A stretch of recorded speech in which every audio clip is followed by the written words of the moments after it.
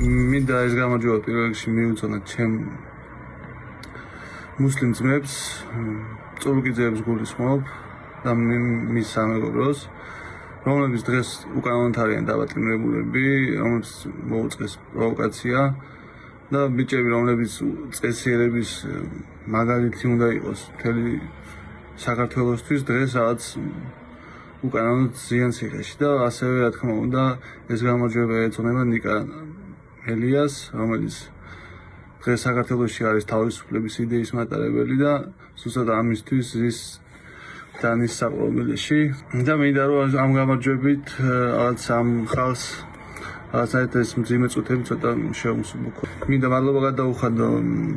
ქართულ ხალხს გულშემატკივრობისთვის, მინდა გადაუხადო მადლობა სერბებს, რომლებიც ძალიან გვერდში დამიდგნენ და მადლობა გადაუხადო მინდა გეგეშტესაც.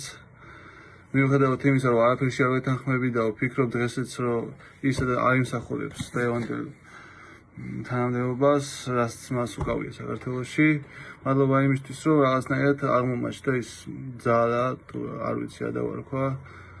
რომ ჩემთვის ეს პრობლემები და ეს რაც გამოვიარე გარდაქმენი რაღაც მოტივაციის წყაროთ და დღეს გუშინ უფრო სწორედ ევროპის ჩემპიონი მესამედ მოვიგე.